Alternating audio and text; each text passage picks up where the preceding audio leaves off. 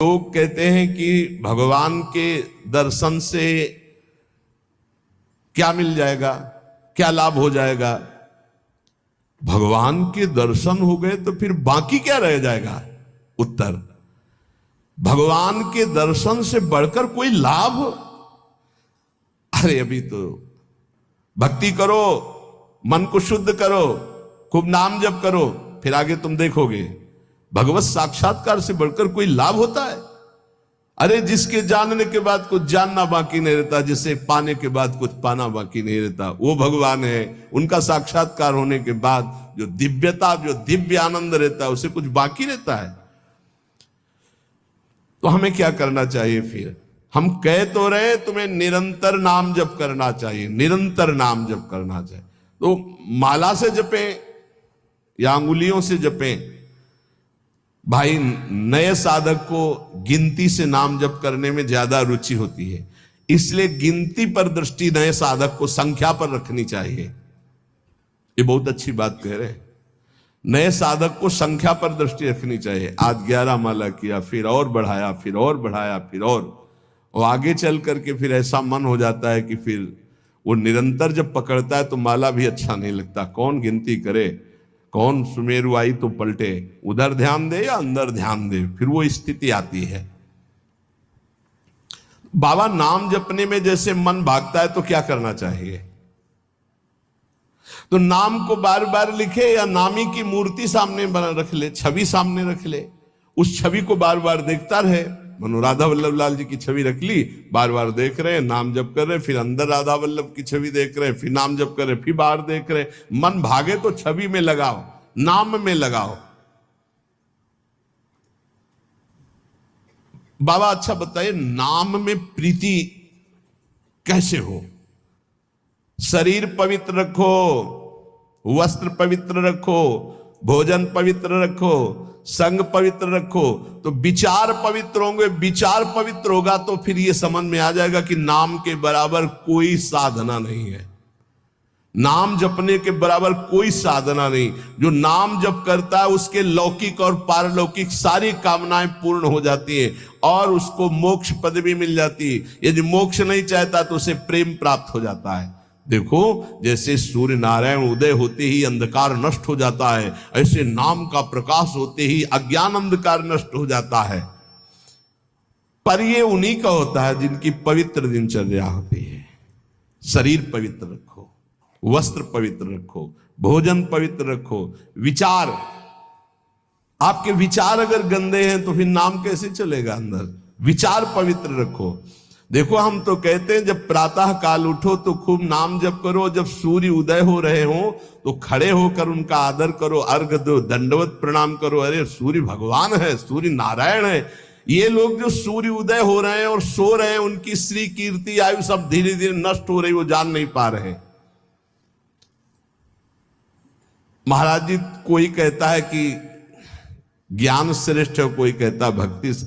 अरे बाबा तुम इन बातों में मत फंसो कि ज्ञान श्रेष्ठ है कि भक्ति श्रेष्ठ है। अरे जिससे संसार का चिंतन छूटे और प्रभु की याद आवे वो श्रेष्ठ है। जो तुम पकड़ पाओ जल्दी करो, नाम जप करो। इसमें मत लगो कि ज्ञान श्रेष्ठ है कि भक्ति श्रेष्ठ है। मर्यादा भगवान के नाम की एक अमोघ है। खूब नाम जप करो। चारों शास्त्र, वेद, पुराण, जितना ज्ञान है सब नाम में भरा हुआ है। तुम जितना नाम जप करोगे उतना आपके हृदय में वो प्रकाशित हो जाएगा। तुम्हारे मन को जैसे विषय खींच रहे हैं ऐसे तुम्हारे मन को नाम खींचेगा। बहुत ध्यान दीजिए, जैसे विषय तुम्हारे मन को खींच रहे हैं, ये भोगूं, ये भोगूं, ये भोगूं, एक दिन नाम ऐसे खींचेगा तुम्हारे मन को, श्री जी से जोड़ देगा। पक्का ऐसा ही है। संसार के भोगों की तरफ से जब ग्लानि होने लगे, घृणा होने लगे, तो समझ जाना कि नाम तुम्हें खींच रहा है प्रभु की तरफ। और अगर ऐसा नहीं हो रहा तो अभी इतना नहीं नाम जप कर पा रहे कि तुम्हारे मन को खींच कर वो प्रभु में लगा दे।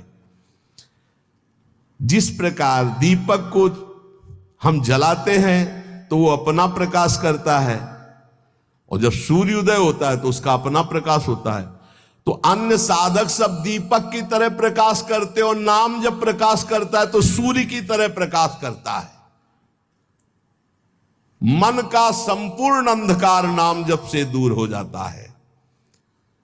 दीपक दूसरी कोठरी तक प्रकाश नहीं पहुंचा पाता, और जब सूर्य उदय होना होता है तो अंदर की गुफा में भी प्रकाश अपने आप पहुंच जाता है।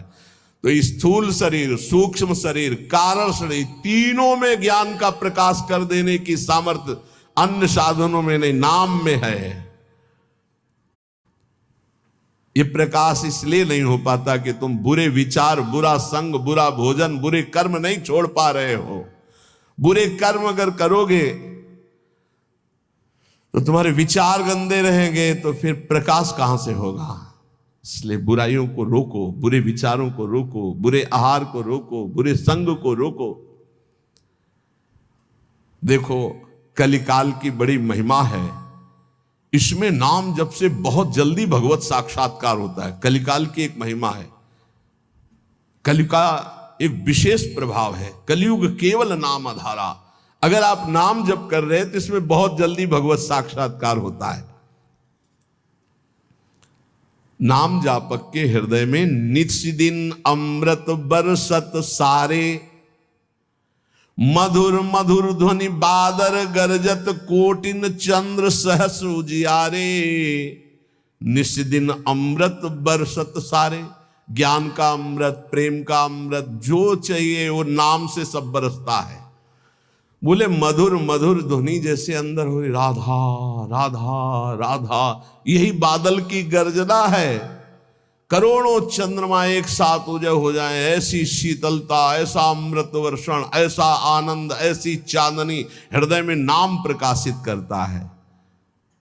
सुरत कटोरी भरी भरी पीवे, पियत पियत छक अगर जियारे।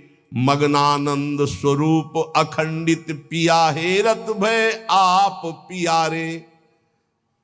स्वामी श्री मग्नानंद सरस्वती जी सेनपुर कह रहे कि सुरत माने स्मृति, स्मृति की कटोरी में भर भर करके नाम जो पी रहे हैं, वो पीते पीते इतने छक गए, इतने मगन हो गए कि बोले पिया हेरत भय आप पियारे। अपने प्रीतम का साक्षात्कार हुआ कि वो खुद प्यारे हो गए।